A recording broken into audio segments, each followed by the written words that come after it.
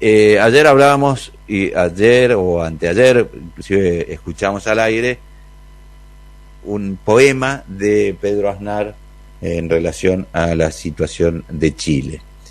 Y hoy tenemos la oportunidad de hablar con nuestro analista, especialista, periodista e investigador, para que él nos cuente y nos anticipe qué es lo que puede llegar a ocurrir en Chile, por un lado, y por el otro lado seguramente nos va a ilustrar cómo están yendo estas incipientes negociaciones por el tema del Fondo Monetario Internacional. Por eso es que le damos la bienvenida a Pablo Balsedo. ¿Cómo le va, Pablo? Buen día.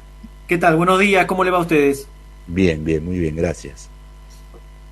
Bien, con respecto, como siempre, a una propuesta bien amplia la que nos presentás, pero bueno, vamos a intentar dar algunas opiniones, algunas miradas respecto a esta situación. En primer lugar, la situación chilena es una situación abierta, y lo que estamos viendo es que, por un lado, el desarrollo de lo preelectoral indica una fuerte grieta, una división muy clara del campo político ideológico. Es interesante notar que las ideologías existen, como dice un politólogo especialista en comunicación política, el doctor Mario Riorda.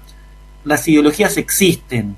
El falso discurso post caída del muro de Berlín era, efectivamente, se acabó el campo soviético, hay una única ideología y es la ideología del capitalismo, y por ende se acabaron estas cosas aburridas, estos libros gordos que nos invitan a reflexionar profundamente sobre cuestiones que no son las que en el día a día tenemos que enfrentar. Y a partir de allí se construyó, de la mano de Francis Fukuyama, el fin de la historia, ya que si la historia era la historia de la lucha de clases, había una clase que había ganado, había un modelo económico al cual había que imitar, y el capitalismo se proclamaba como el triunfador global luego de todo el siglo XX. Pero bueno, las ideologías existen, como dice ese libro de Mario Riorda, y hoy encontramos que en la comunicación política y en la política en general los discursos son fuertemente ideológicos. Y lo son en Chile, lo son en Argentina, lo son en Brasil y lo son en todo el mundo. La ideología está atravesando todos los discursos políticos y todas las propuestas políticas. Quizás no hay un momento tan claro del regreso de la democracia en los últimos 30 años en Argentina donde la ideología esté tan claramente puesta arriba de la mesa al momento de discutir asuntos públicos. Y esa también es la situación de Chile.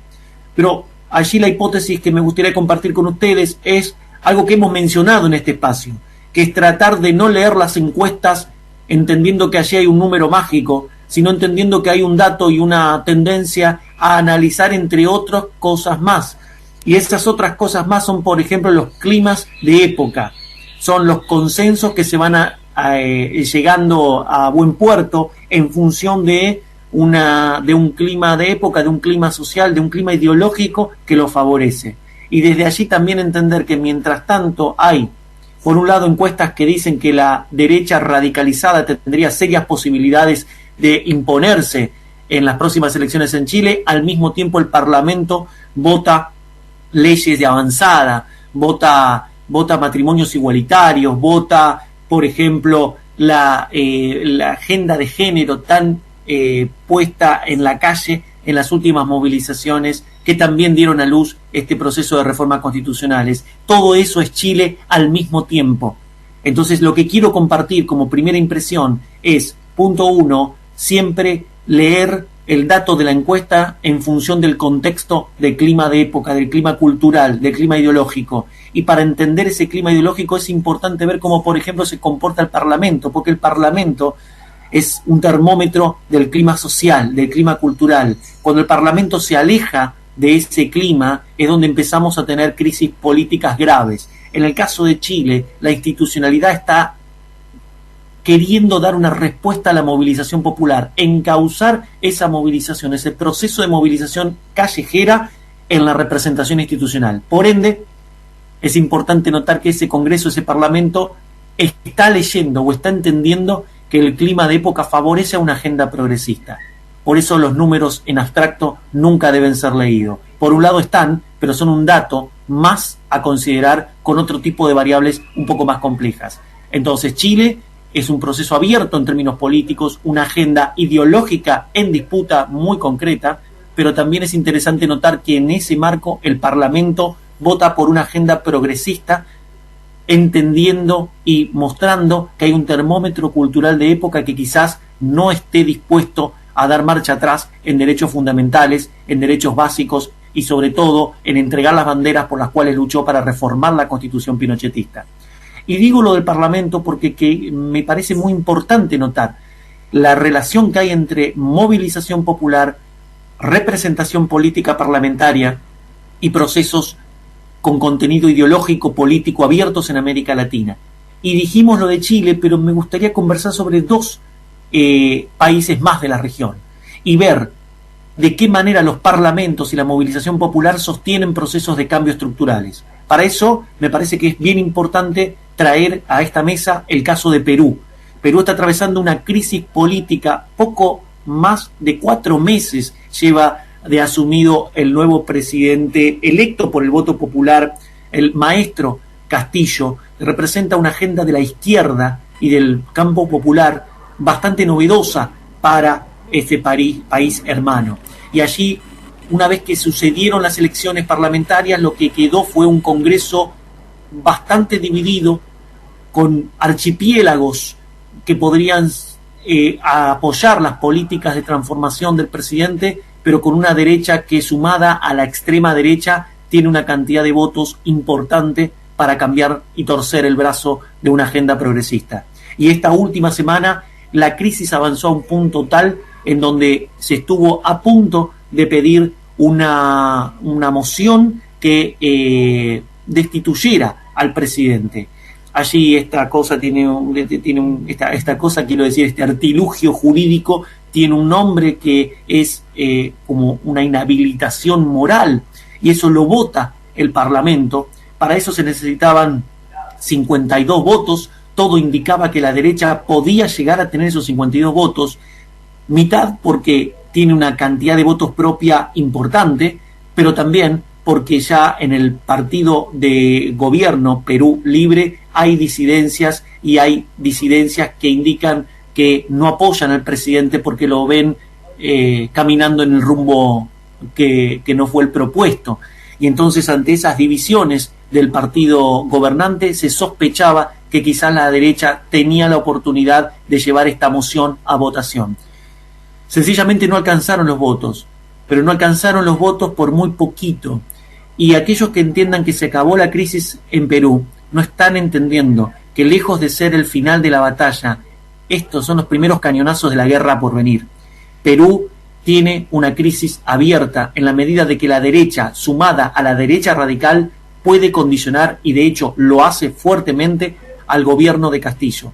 El gobierno de Castillo tendrá que entender entonces de qué manera revertir este proceso que lo lleva a estar atado de manos y de pies para poder llevar adelante un programa de gobierno que es el que le propuso al pueblo peruano. Y otro caso, quizás visto en espejo, puede ser el de Uruguay. Recientemente, en estos días, en el día de ayer, la Corte acaba de reconocer como legítimas las firmas juntadas por una cantidad importante de organizaciones sociales, pero también por partidos políticos, entre ellos el Frente Amplio de Uruguay, que le dijeron que necesitan llevar a referéndum, necesitan modificar unos 135 artículos de una ley que ni bien dio el gobierno de centro derecha actual de Lacalle Pou, llevó al Parlamento. ¿Cómo fue esta historia? Y es muy interesante notar estos procesos para aprender. Cuando ni bien asumió el gobierno de Lacalle Pou, propuso un instrumento que se llama Ley de Urgente Tratamiento, una ley de urgente tratamiento llevada al Congreso. ¿Esto qué significa técnicamente? Que no hay más de 90 días para que se expidan todas las instancias y esto sea puesto e implementado. O sea, lo condicionó a los parlamentos, ni bien terminó la elección, que era el momento donde mayor capital político tenía el presidente Lacalle Pou. Mandó esta ley de urgente tratamiento, una ley que tiene más de 500 artículos, fueron recortados a 480 y pico, y esos 480 y pico también fueron discutidos y modificados en ese momento en ambas cámaras. Pero claro, en ambas cámaras tenía mayoría el presidente Lacalle Pou. ¿Y qué proponía esta ley? Proponía muchas cosas, pero fundamentalmente atacaba principios que son constitucionales, históricos de la República del Uruguay. La libre movilización popular, la libertad para poder expresarse en la calle, la regulación de las huelgas que se pretendía hacer, el desfinanciamiento a esferas como educación, como salud, y un caminito ya que empezaba a permearse en toda la sociedad de privatizaciones en áreas estratégicas. Esa fue la ley de urgente tratamiento que mandó el presidente Lacalle Pou y que condicionó a que en menos 90 días tuvieran una votación definitiva. Efectivamente, esa ley salió votada porque la mayoría también era del presidente Lacalle Pou. Pero entonces, ¿qué hizo la oposición política? Se recostó en un instrumento noble, legítimo, de movilización y participación popular como es el referéndum. Y allí, en Uruguay, se necesita el 25% de firmas del padrón electoral para poder someter a referéndum una norma.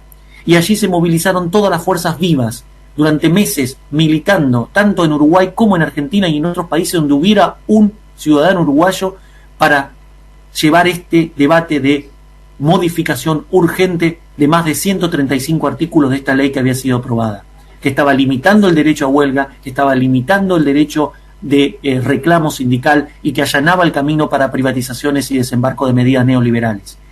Este referéndum tuvo un proceso, en ese proceso se necesitaba el 25% del padrón, esto equivalía a unos 500, casi 500.000 firmas, se logró tener 780.000 firmas. Y en el día de ayer la Corte ha revisado esas firmas y ha dicho que son legítimas, que son válidas. Y habilitó que en marzo del año próximo se lleve adelante una votación por referéndum que lleve dos propuestas. Por un lado, la ley continúa tal cual, por otro lado, la ley tiene que ser modificada. Es altamente probable que esta ley sea modificada porque las consecuencias de esta ley ya se ven en la calle. ¿Ven qué diferentes son los procesos? ¿Ven qué diferentes son las reacciones del campo popular y de los gobiernos populares y de los partidos populares cuando tienen que enfrentar una adversidad? Yo creo que hay muchas lecciones en Perú, que hay muchas lecciones en Uruguay y que hay muchas lecciones en Chile y que las va a ver y las sigue viendo permanentemente desde Brasil.